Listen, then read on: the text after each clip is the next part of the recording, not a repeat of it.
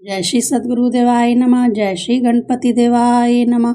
ओम नमः शिवाय। रुद्र संहिता युद्ध खंड 54वां अध्याय। व्यास जी बोले, हे ब्राह्मण श्रेष्ठ, जब कुष्मान की पुत्री चित्रलेखा ने अनिरुद्ध का हरण कर लिया तब श्री कृष्ण जी ने क्या किया? कृपा करके इस कथा को विस्तार से कहिए।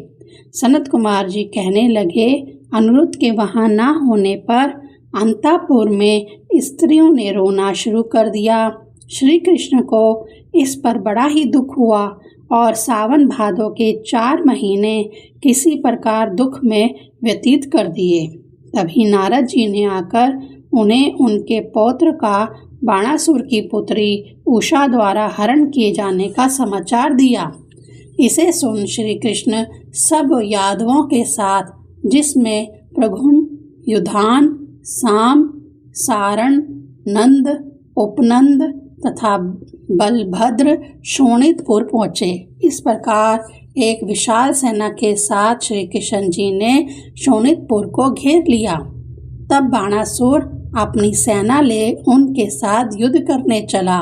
साथ ही अपने भक्त की रक्षा के लिए भगवान शिव अपने पुत्रों तथा गणों सहित नंदी पर आरूढ़ हो युद्ध करने आए।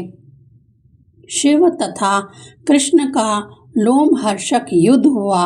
कृष्ण का शिवजी से, प्रद्युम्न का कुशभांड से, कूप का कर्ण से, बाण पुत्र का सांब से, बाण का सात्विकी से और गरुड़ का नंद से युद्ध हुआ। स्वयं शिवजी क्रोध कर बड़ा गंभीर शब्द करते हुए युद्ध करने लगे। ब्रह्मास्त्र से ब्रह्मास्त्र लड़ पड़े।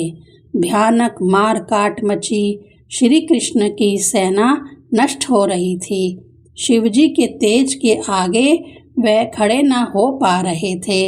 यह देख श्री कृष्ण जी ने वरुण संबंधी अपने शीतलाख्य ज्वर वाले अस्त्र को छोड़कर शिवजी पर चला दिया।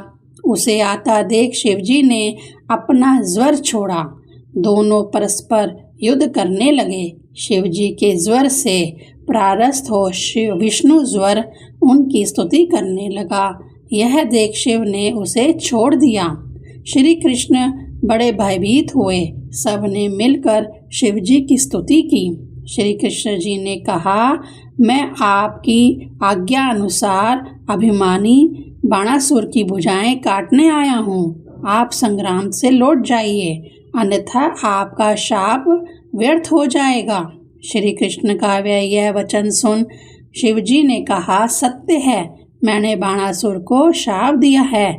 आप इसे मारिए, परंतु मैं भक्तों के अधीन हूँ। मेरे होते आप बाणासुर को नहीं मार सकते। पहले आप मुझे श्री ब्रह्मण अस्त्र से जीभ्रम कीजिए, फिर अपना कार्य कर सुखी होइए। श्री कृष्ण जी ने शंभू जी पर अपने घोर बाण बरसाकर उन्हें जृंभित कर दिया। फिर शिवजी जी मोहित हो युद्ध से रुक गए तो श्री कृष्ण जी ने बाणासुर से विकट युद्ध शुरू कर दिया। 55वां अध्याय। सनत कुमार जी कहने लगे, तब पुत्रों तथा गणों सहित शिवजी युद्ध भूमि में मोहित हो गए। तब दैत्य राज बाणासुर श्री कृष्ण जी से युद्ध करने आए। वह घोड़े पर बैठ उनसे भयंकर युद्ध करने लगा।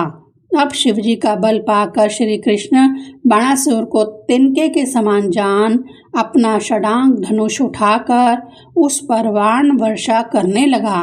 परंतु बाणासुर भी पराक्रमी था, इसलिए उनके बाणों को पास न आने देता तथा बीच में काट डालता। उसने अपने चारों ओर के शत्रुओं को मार काट कर समाप्त कर दिया। संपूर्ण यादव कृष्ण का सिमरन कर मूर्छित हो गए। यह देख श्री कृष्ण क्रोधित हो सिंह के समान गर्जना करने लगे।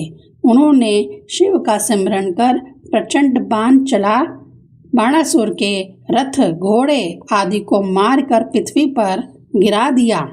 बाणासुर ने गदा से ही कृष्ण को ताड़ित किया। वह गिर पड़े, परंतु शीघ्र ही उठकर शिवजी को सिमरन कर बाणासुर के साथ बहुत काल तक युद्ध किया। जब उसकी 4 भुजाएं शेष रह गईं तो शिवजी ने उसकी कृष्ण के साथ मैत्री करा दी। बाणासुर श्री कृष्ण को अंतःपुर ले गया।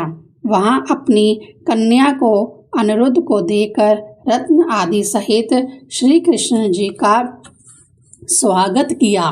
श्री कृष्ण जी अपनी पौत्र वधू तथा पौत्र को साथ ले कुटुंब सहित द्वारका आ गए। वहां पर कई प्रकार के उत्सव किए। 56वां अध्याय। सनत कुमार जी बोले, इसके पश्चात अपने अज्ञान को समझकर बाणासुर बड़ा ही दुखी हुआ। वह शिवजी के स्थान में जाकर अनेकों स्रोतों द्वारा ओम से नमस्कार करता हुआ यथोचित हस्तपाद न्यास युक्त तांडव नृत्य करने लगा। उसने अनेकों नृत्य किए। अपने शरीर की रक्त की धाराओं से वहां की भूमि को सींचा तथा इस प्रकार शिवजी को प्रसन्न किया।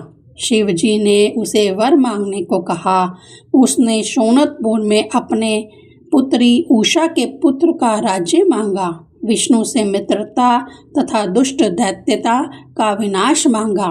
शिव भक्तों में से स्नेह तथा सभी प्राणियों से दया मांगते हुए शिवजी की स्तुति की। शिवजी ने प्रसन्न हो सभी वर दिए। शिवजी के प्रसाद से बाणासुर ने महाकाल तत्व प्राप्त कर बड़ी प्रसन्नता प्राप्त की। ओम नमः शिवाय।